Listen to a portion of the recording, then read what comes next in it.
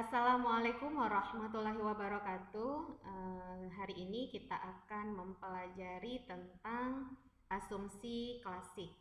Nah, sebelumnya kita akan menjelaskan sedikit tentang asumsi klasik itu apa ya. Nah, asumsi klasik ya.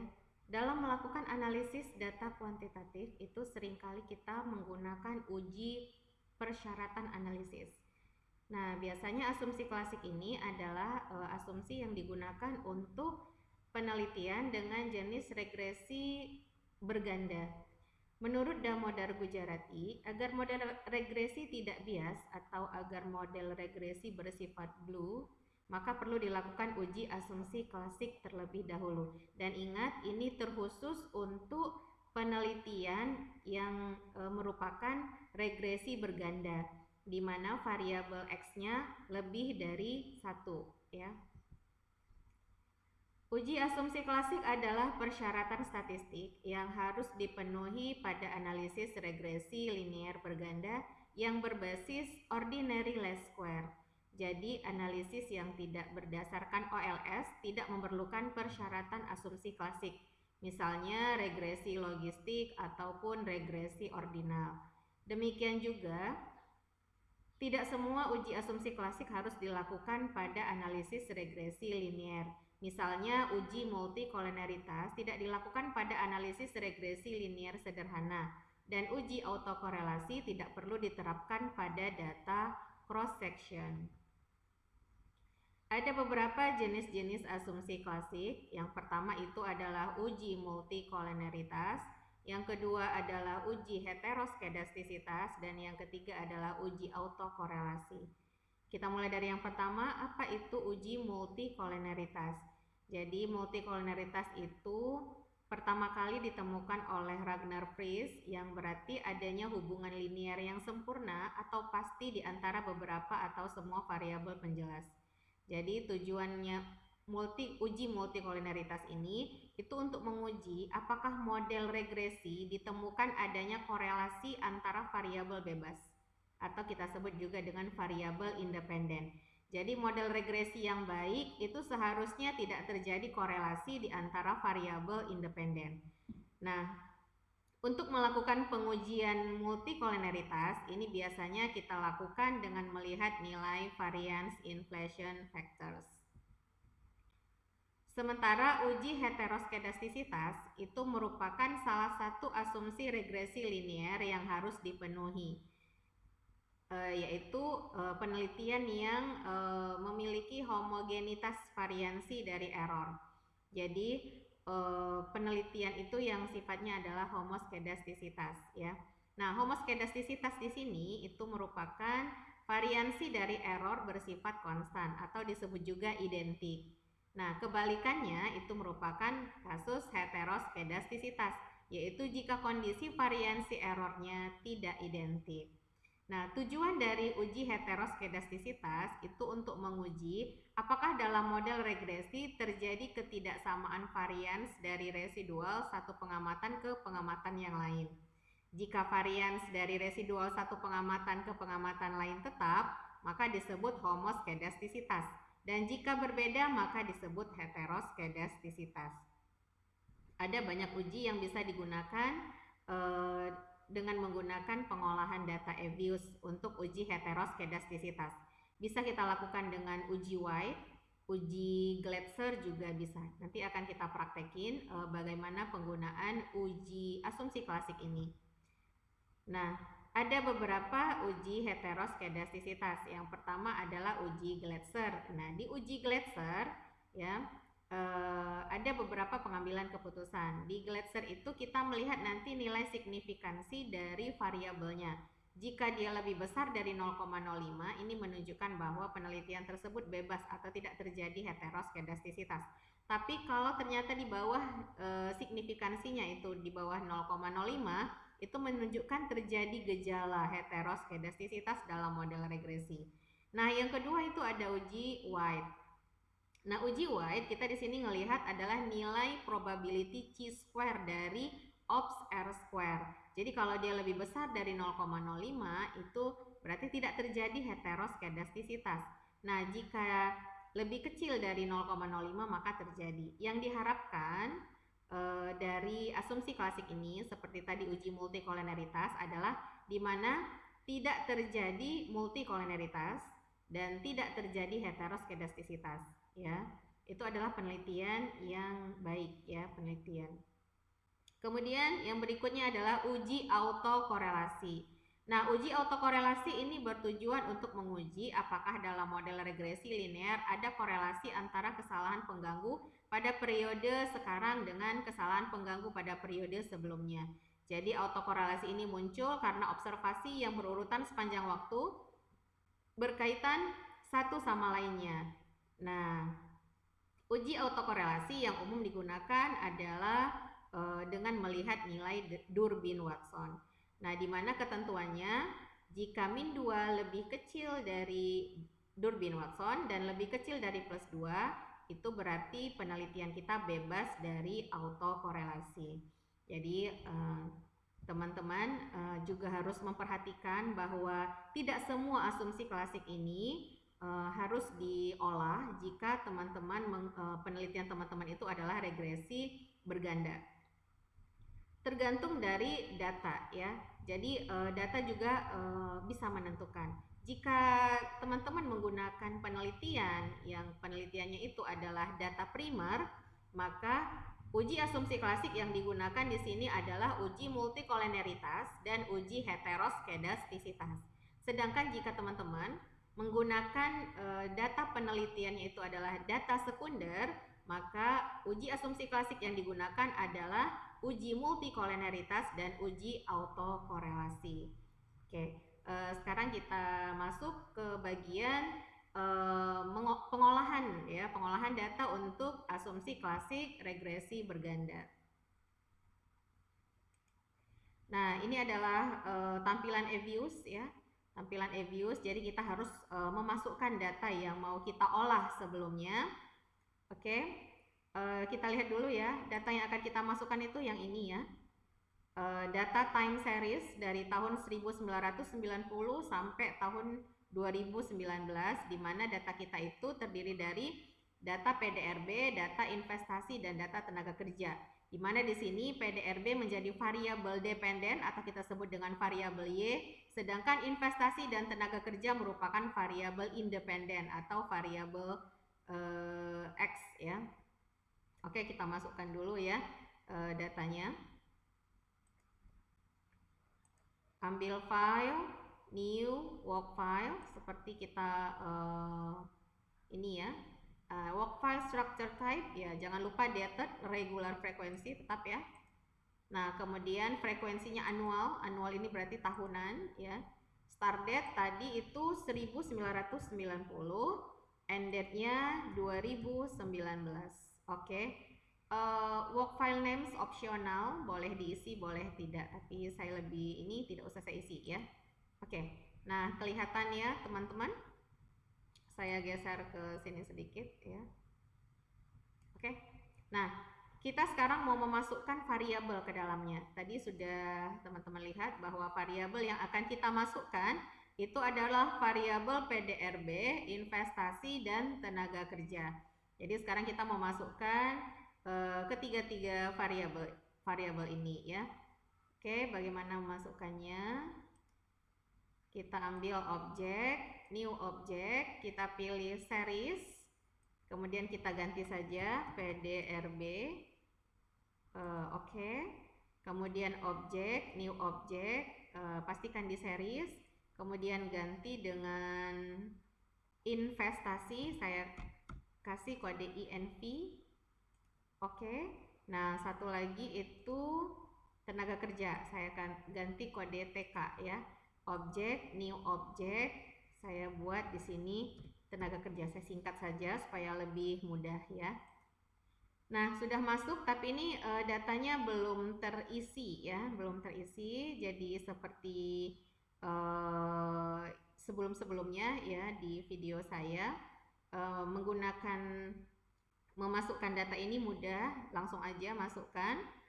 klik PDRB sekali, tahan CTRL di keyboard, kemudian klik INF sebagai investasi dan TK sebagai tenaga kerja. Kemudian lepas, klik kanan, open as group. Ya, oke. Nah, ini sudah keluar open as groupnya.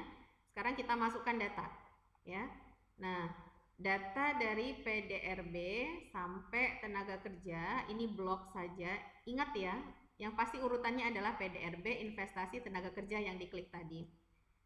Tinggal blok dari tahun 1990 sampai 2019. Ctrl C. Nah, langsung di sini ya, edit. Kemudian kita klik Ctrl V. Nah, ini menunjukkan data kita semuanya sudah masuk ya. Nah, delete aja langsung ya. Nah, ini datanya sudah masuk teman-teman. Jadi hanya sekali klik saja itu data sudah masuk ya, tidak ada yang sulit ya di sini.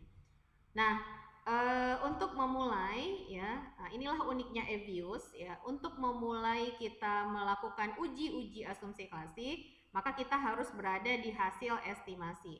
Jadi teman-teman kita harus berada di hasil estimasi terlebih dahulu. Nah, untuk mendapatkan hasil estimasi kita memulainya dari quick estimate equation. Nah, kita masukkan duluan, ingat ya, variabel Y ya. Yang dimasukkan ke dalam estimasi equationnya itu adalah variabel Y yang duluan. Kita masukin PDRB, kemudian kita masukin C. Jangan lupa C itu adalah konstanta. Kemudian kita masukkan variabel independennya. Tadi dia adalah INV, kemudian dan TK. Oke. Oke, saya inikan saja. Langsung kita okekan ya, langsung kita okekan. Nah, ini keluar ya. Saya buat di sini biar kelihatan. Nah, ini adalah hasil estimasi ya. Hasil estimasi. Jadi kita mau buat nih yang pertama adalah uji multikolenialitas. Karena kebetulan ini datanya adalah data sekunder, maka sebenarnya asumsi klasik yang diolah itu ada dua, yaitu uji multikolenialitas dan autokorelasi. Tapi karena dalam hal ini adalah praktek pencontohan, berarti saya ambil ketiga-tiganya ya asumsi klasik. Tapi kalau dalam penelitian penggunaannya itu bisa dibedakan. Jadi kalau data kita data sekunder, yang kita masukkan itu adalah uji asumsi klasiknya adalah multikolenialitas dan autokorelasi. Sedangkan kalau data kita data primer, maka yang kita masukkan adalah uji multikolenialitas dan uji heteroskedastisitas. Oke, bagaimana cara mengeluarkan ya? Mengeluarkan itulah mudahnya EViews. Kita tinggal klik view aja. Jadi kalau kita mau menunjukkan tampilan apapun gitu ya, kita mudah. Tinggal tunjukkan saja itu tampilannya adalah view. Ya, kita tinggal langsung view. View mau tunjukin apa ya? Jadi semuanya itu sarang untuk menunjukkan hasil apapun itu di view ya. Oke, tinggal kita klik view. Sekarang yang pertama adalah multikolenialitas. Nah, kita ambil view, pilih koefisien diagnostik ya. Kemudian pilih variance inflation factors.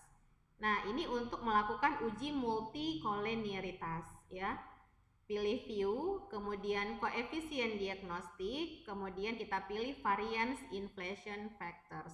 Klik saja. Nah, langsung keluar. Yang mana yang kita lihat gitu ya? Yang kita lihat itu adalah nilai variance inflation factors karena di sini ada tulisan variance inflation factors. Tapi VIF yang mana kan gitu. Nah, VIF yang kita lihat itu yang terakhir, yang di kolom paling pojok ujung ya. Nah, ada aturannya? Ada. Aturannya, jika nilai VIF lebih kecil dari 5, karena kita pakai misalnya signifikansi 5%, itu menunjukkan bahwa tidak terjadi multikolenialitas. Tapi jika nilai VIF-nya lebih besar dari 5, itu menunjukkan terjadi multikolenialitas. Jadi teman-teman harus perhatikan ya ketentuannya ya. Jika VIF lebih besar dari 5 ya, nilai VIF-nya ini lebih besar dari 5, itu berarti terjadi multikolenialitas. Tapi jika nilai VIF di bawah dari 5, itu berarti tidak terjadi multikoloneritas. Dalam hal ini nilai FIV kita itu sebesar 2,047196 ya. Nah, itu menunjukkan bahwa penelitian kita ya antara variabel INF dengan TK itu tidak terjadi atau bebas dari multikoloneritas. Nah, artinya tidak terjadi multikoloneritas antar variabel investasi dan tenaga kerja. Nah, itu untuk uji multikoloneritas ya. Kalau mau dipindahin ya ke Word boleh ya. Caranya gimana? Ctrl A, kemudian Ctrl C ya. Pastikan ke as displayed, kemudian OK. Nah, baru kita buka Word. Kita buka Word ya. Nah, di sini kita buat di sini hasil uji asumsi klasik. Nah, kita bikin satu uji multikolinearitas. Oke. Nanti ada uji heteroskedastisitas, kemudian uji autokorelasi. Oke, kita mulai satu-satu ya. Nah, di multikoloneritas langsung kita V-kan ya. Nah, ini langsung kelihatan ya, langsung kelihatan hasilnya. Nah, di sini kita bisa langsung kasih penjelasan gitu ya. Kita langsung bisa blok juga biar kelihatan bahwa yang menjadi penilai itu yang mana. Oke, saya agak besarin sedikit ya. Nah, di sini kita bisa langsung tulis gitu ya. Berdasarkan tabel di atas, nilai FIV sebesar 2,047196, lebih kecil dari 5. Artinya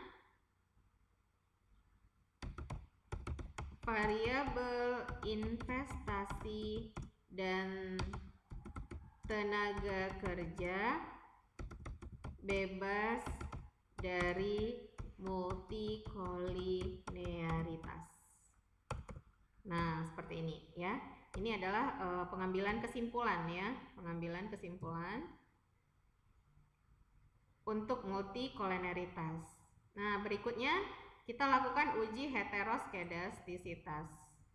Langsung saja estimate-nya tetap ya. Langsung aja oke kan? Nah, kita mau harus di hasil estimasi ya teman-teman. Jadi untuk melakukan uji di Abuse kita harus berada di hasil estimasi. Itulah uniknya Abuse ya. Kemudian kita ambil langsung view, kemudian kita ambil residual diagnostik. Nah, di residual diagnostik ini kita pilih langsung heteroskedasticity test. Nah, di sini mudah ya. View, kemudian pilih residual diagnostik, kemudian kita pilih heteroskedasticity test. Langsung saja. Ada dua ya.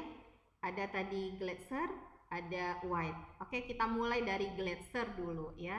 Langsung aja pilih di specification test type, itu kita ambil langsung Glatzer. Nah, ya langsung aja kita okekan. Nah, di sini yang akan kita lihat itu yang mana? Ya, ini dia ya.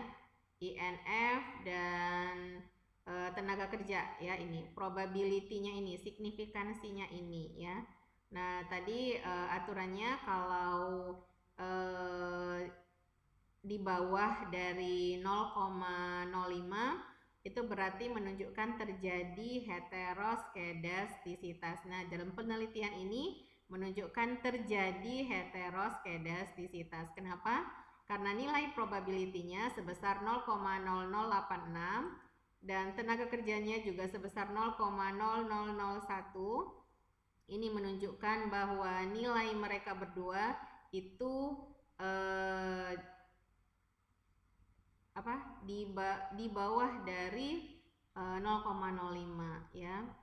Nah, Ini menunjukkan memang terjadi ya, terjadi heteroskedastisitas pada Gletser ya. Nah, kita lihat lagi kalau White seperti apa ya. Kita langsung oke kan. Langsung view, kemudian residual diagnostik, kemudian heteroskedasticity test. Langsung di White.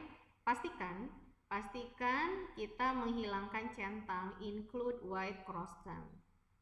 Tadinya itu ada centang, langsung hilangkan centangnya ya. Kemudian oke. Nah, di sini yang dilihat apa?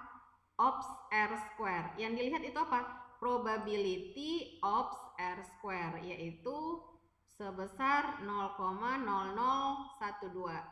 Nah, dalam penelitian ini juga nilai probability of R square-nya di bawah dari 0,05. Itu menunjukkan terjadi heteroskedastisitas ya.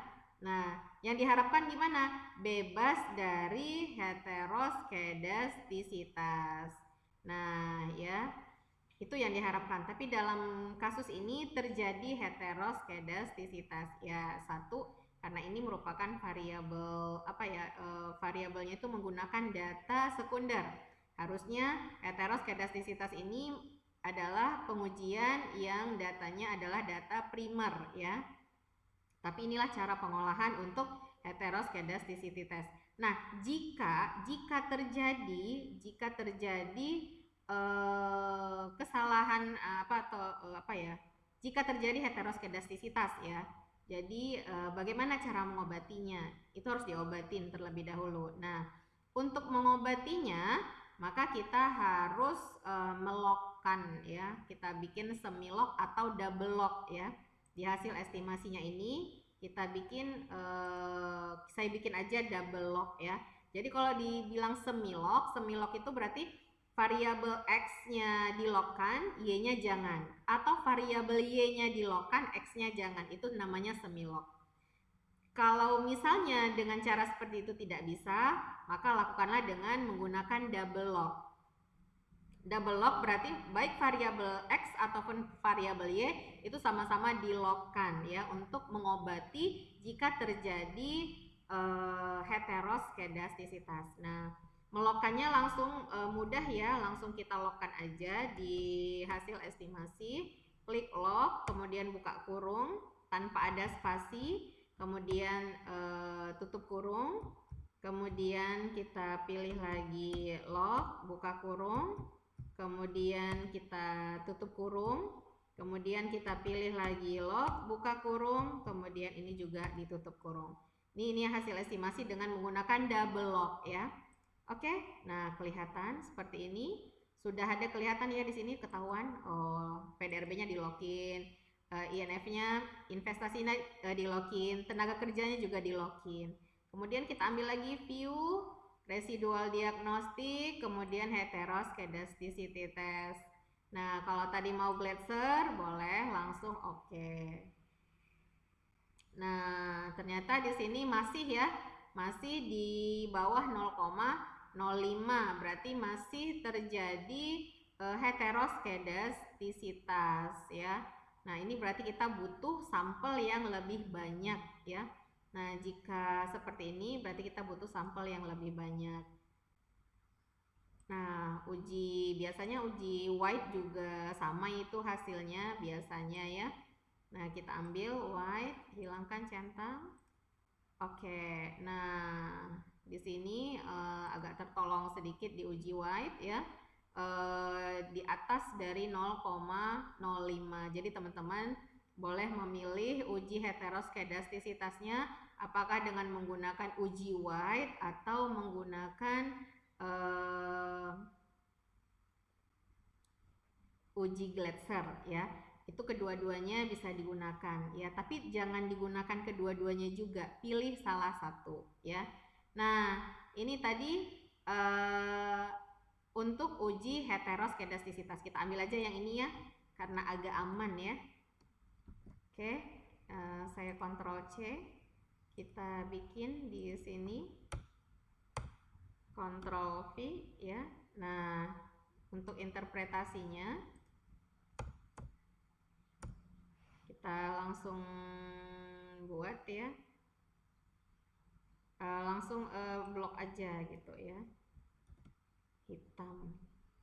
Berdasarkan tabel di atas, boleh kita bikin. Oh, sorry, saya besarin dulu tulisannya. Berdasarkan tabel di atas,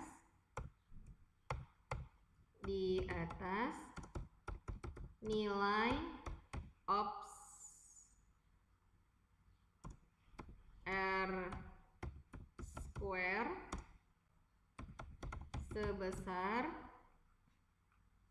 0,0698 lebih besar dari 0,05. Artinya penelitian ini bebas dari heteroskedastisitas. Nah, tadi ada aturannya ya di asumsi klasik ya. Nah, di sini teman-teman bisa lihat. Nah, itu kita menggunakan uji White jika probability chi square dari ops R square lebih besar dari 0,05, maka tidak terjadi heteroskedastisitas. Sedangkan kalau dia lebih kecil dari 0,05, maka terjadi heteroskedastisitas dalam penelitian ini ya. Nah itu kalau untuk melihat uji heteroskedastisitas. Nah, sekarang uji yang terakhir ya. Uji terakhir itu adalah uji autokorelasi. Nah, seperti apa melihat uji autokorelasi? Tadi karena hasil kita udah yang di login ya, ini aja yang kita pakai ya. Nah, di sini ya. Nah, dari mana kita lihat ya? Dari mana kita lihat? Itu dari nilai Durbin Watson. Ya, dari nilai Durbin Watson ya. Nah, ini saya Ctrl C dulu ya.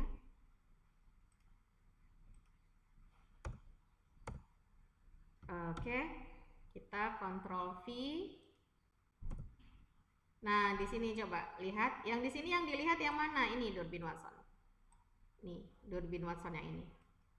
Inilah yang kita lihat ya. Nah, di situ aturannya seperti apa gitu ya.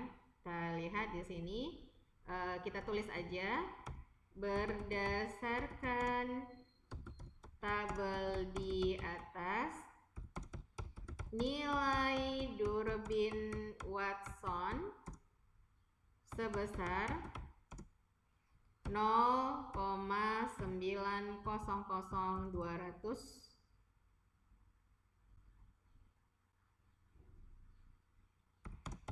yakni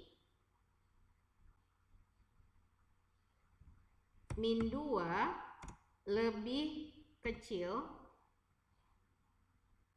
dari 0,900200 lebih kecil dari plus 2. Artinya penelitian ini bebas dari autokorelasi. Jadi penelitian yang baik itu adalah penelitian yang dimana bebas dari multikolenialitas seperti ini, bebas dari heteroskedastisitas, dan bebas dari autokorelasi. Nah, inilah penelitian yang sangat diharapkan ya. Penelitian yang baik itu penelitian yang bebas dari kesalahan asumsi klasik. Jadi kalau untuk autokorelasi sangat simpel ya, kita hanya melihat nilai dari Durbin Watson-nya saja ya, dari hasil estimasi. Nah, mungkin itu adalah cara mengolah asumsi klasik baik multikolenialitas, heteroskedastisitas, dan autokorelasi. Dan bisa teman-teman praktekin dengan menggunakan data di mana variabel X-nya itu lebih dari 1. Jadi uji asumsi klasik ini digunakan adalah untuk penelitian yang di mana variabel independennya lebih dari 1. Nah, seperti itu ya. Oke teman-teman semuanya, semoga video kali ini bermanfaat dan bisa dicoba, dan semoga bermanfaat untuk bagi teman-teman yang sedang dalam proses pengolahan data untuk skripsi. Assalamualaikum warahmatullahi wabarakatuh.